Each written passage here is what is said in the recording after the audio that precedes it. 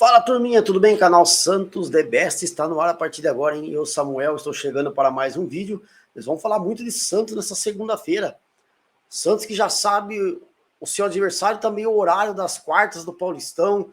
Nós vamos falar também sobre um zagueiro que foi oferecido ao Santos e também sobre a contratação do Oliva e também sobre a possível saída de um menino da base, hein? Antes, se inscreva, ative o sino, você não perde nenhum conteúdo. Se gostar, dá o like, ajuda no engajamento do canal, e também se tem a opção de eu hypar o vídeo, é importante e ajuda, ok? Então vamos lá.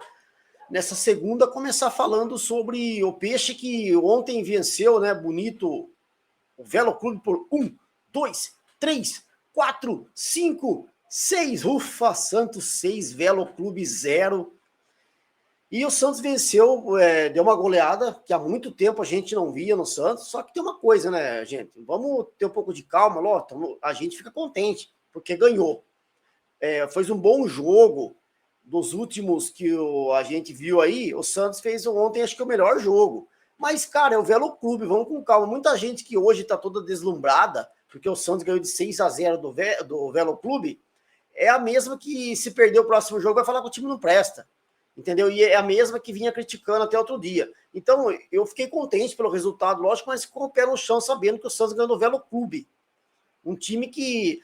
mas o Corinthians ganhou 1-0. Não importa, era outra circunstância, outro jogo, mas ganhou. E outros clubes ganharam também, tanto que ele foi rebaixado. Então o Santos ganhou do Velo Clube. Por quê? Porque fez um bom primeiro tempo, foi para cima e os gols saíram. Já no começo do jogo, praticamente o Santos, em meia hora de jogo, estava 3-0 já quase, entendeu? Então, os gols saíram. E aí deu uma tranquilidade, abalou completamente o Velo, que daí desandou de uma vez, já sabia que já estava rebaixado, perdendo 3-0, não tem mais força.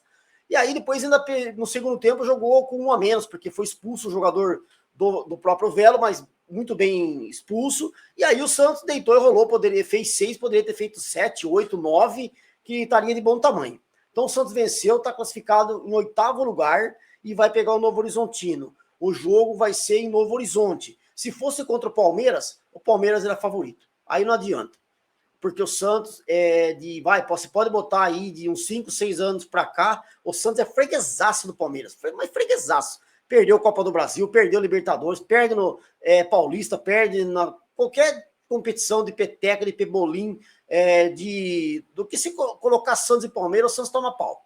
Na Vila, no Allianz, então, é uma atrás da outra. Só apanha lá. Então, quer dizer, se fosse contra o Palmeiras era favorito. Mas contra o Novo Horizontino, eu acho que iguala as coisas. O Santos tem mais camisa, mais torcida, tem mais jogadores tecnicamente de qualidade, só que joga fora de casa, certo? Mas para mim tá em aberto. O Santos pode ganhar tranquilamente lá do Novo Horizontino, certo? E aí a Federação Paulista já definiu, né, que os confrontos e horários, ficou assim, sábado, dia 21 de fevereiro, às 6h30, Red Bull Bragantino e São Paulo. O jogo vai ser no Estádio Municipal Cícero de Souza Marques, em Bragança Paulista, e deverá ter transmissão da TNT HBO Max, certo? No mesmo sábado, às 8h30 da noite, o Palmeiras pega o Capivariano, na Arena Crefisa Barueri, e esse jogo vai ser transmitido na Record, Cazé TV e HBO Max. No domingo, Santos, às 4 horas da tarde, em Novo Horizonte, no estádio Jorge Ismael de Biasi, e terá transmissão da TNT Sport e também do HBO Max. E completando a rodada às 8h30 da noite do domingo, o Corinthians pega a Portuguesa no Canindé, no Oswaldo Teixeira Duarte, e terá transmissão da Record, da Cazé TV e da HBO Max. Agora começa um novo campeonato. Eu acho que, para mim, cara, vou ser sincero, para mim os 4 grandes são favoritos, os 4 grandes. Mas vão jogar fora de casa, só o Palmeiras vai jogar em casa, não importa. A camisa nessa hora pesa, e para mim os 4 são favoritos, mesmo jogando fora de casa. Agora vai ter que mostrar na prática, certo? Então a gente ficou contente com a vitória do Santos, mas ficou pés no chão, porque tem muita coisa pela frente ainda, e não é uma vitória contra o Velo Clube de 6-0 que vai maquiar todos os problemas que o Santos tem, certo? Então, beleza. Agora, falando sobre o mercado da bola, saída, chegada, o Santos acertou, então, a gente já tinha falado dele aqui, o Christian Oliva, jogador do Nacional do Uruguai, está contratado por 3 anos de contrato, como a gente já tinha dito, e ele, o volante Christian Oliva, já embarcou rumo ao Brasil, tá? e ele vai chegar então a São Paulo na noite dessa segunda-feira e deve seguir direto para a cidade de Santos, onde vai realizar exames médicos nessa terça-feira, antes de assinar o contrato de 3 anos com o Santos, tá? Oliva foi identificado como uma oportunidade de mercado pelo Santos, na busca por um volante nessa posição, né? Aos 29 anos, o Uruguai detém 75% dos seus próprios direitos econômicos, enquanto o Nacional possui 25% restantes. Então, como é que ficou a negociação final? A divisão é dessa forma: o Santos vai pagar $1,5 milhão, aí ficou assim, para o Nacional, vai ficar com $500 mil, desse $1,5 milhão, eles vão ficar com $500 mil, porque eles têm direito aos 25%, daria $375 mil, só que o nosso Oliva abriu mão de aproximadamente $125 mil para poder fechar a negociação, e que o Nacional ficasse com um pouquinho a mais. Então o Nacional fica com $500 mil e o nosso querido Christian Oliva fica com outro $1 milhão, porque ele tem a maior parte, 75%, beleza? Então tá fechada a negociação do Christian Oliva, que vem para ser esse jogador volante do Santos Futebol Clube aí. Tá contratado então um volante. Agora falta o zagueiro. E aí o Santos corre contra o tempo para tentar achar um para essa posição. Primeiro, o de César e do Racing está cada vez mais distante, tá? Porque o Racing, então, até aceitava negociar por empréstimo, depois já deu uma segurada, aí colocou o jogador para jogar titular, o jogador foi bem, fez gol, e clube argentino para negociar é muito difícil, os caras, eles começam a negociar, depois começa a colocar um monte de barreiras para não fazer o negócio, pede garantia disso, garantia daquilo, e aí, mais uma vez, o Santos provavelmente não vai contratar o de César, tá? Porque a negociação está muito difícil, e aí o Racing está engrossando, certo? Para fazer o negócio final com o Santos. Então, daí o que o Peixe fez? Vamos procurar outro.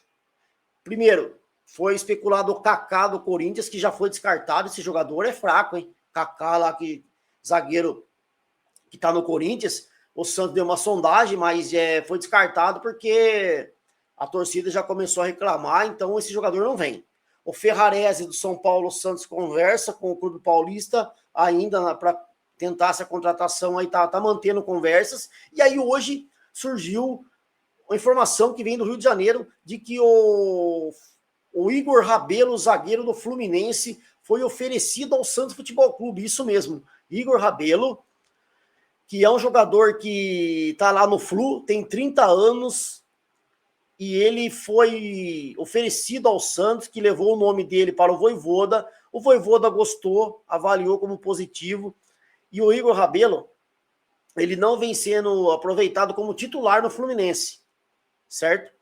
E aí, o que acontece? O Santos tem um relacionamento bom com o Fluminense, porque o Peixe vendeu, lembra, o Soteldo e também o Nonato para o Fluminense. E o Santos tem valores ainda a receber do Fluminense por esses atletas. E aí, poderia facilitar a negociação por causa disso. O Santos tem interesse no Rabelo, só que, por outro lado, não sei se o Fluminense vai aceitar por empréstimo, porque talvez o Santos, a primeira forma de negócio vai ser por empréstimo. Se caso o Fluminense não quiser, talvez o Santos faça uma proposta para ficar com o jogador, né? Usando ainda os valores para receber do Soteldo e do Nonato na negociação, certo? E o Rabelo, ele vê com bons olhos também uma vinda ao Santos, porque tanto que ele foi oferecido, né?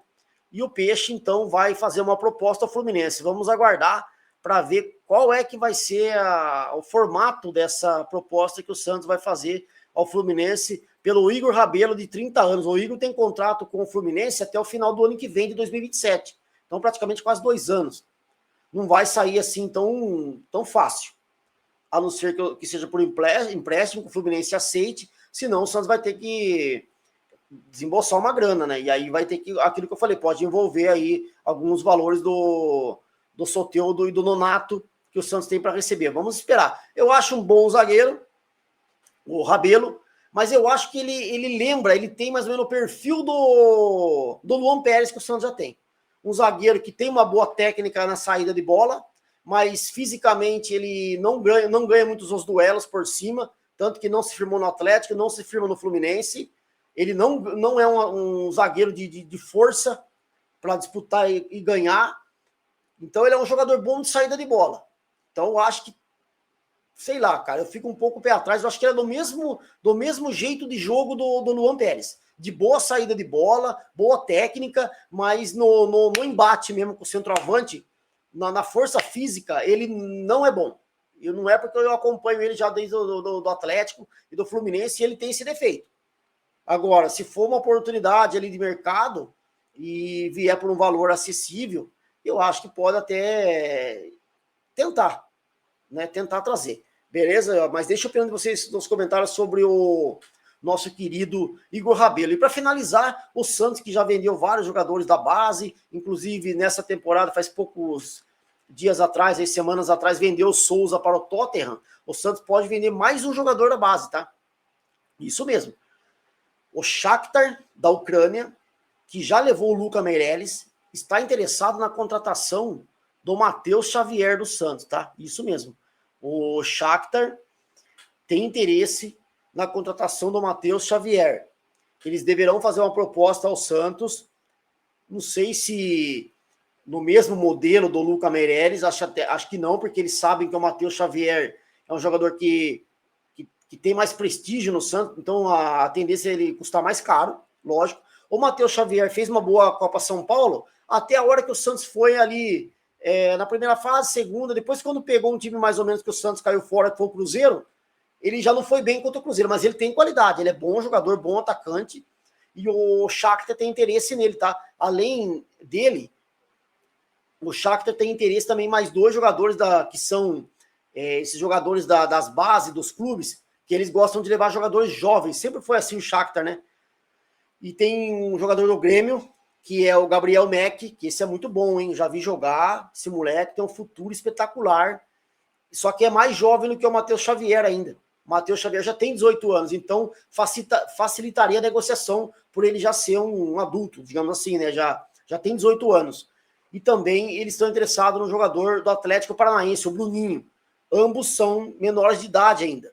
Então, o que facilita uma negociação do Shakhtar com o Santos pelo Matheus Xavier. Não chegou proposta ainda oficial, mas já tem o interesse do Shakhtar e deverá, logo, colocar uma proposta na mesa do Santos, igual fez com o Lucas Meirelles. Aí vamos ver o que o Santos vai fazer, né? Santos que sempre vai ser dessa forma a nossa base, né? Tem que salvar nós dentro de campo, né? Para conduzir o time tecnicamente, contribuir ao time tecnicamente, mas a hora que aperta o sapato, precisando de dinheiro, os primeiros que vão são os jogadores da base, porque o Santos precisa de dinheiro e eles são realmente jogadores que chamam a atenção dos clubes europeus por se tratar de jogadores da base do Santos. A grife Santos é muito forte realmente, e aí o Santos pode perder mais um jogador, que é o nosso querido Matheus Xavier. Beleza? Se gostar do vídeo, dá o like, que a gente volta com muito mais de Santos no canal. Um forte abraço, fique com Deus, até a próxima. Eu fui e deixa aqui a opinião de vocês nos comentários sobre tudo que a gente falou.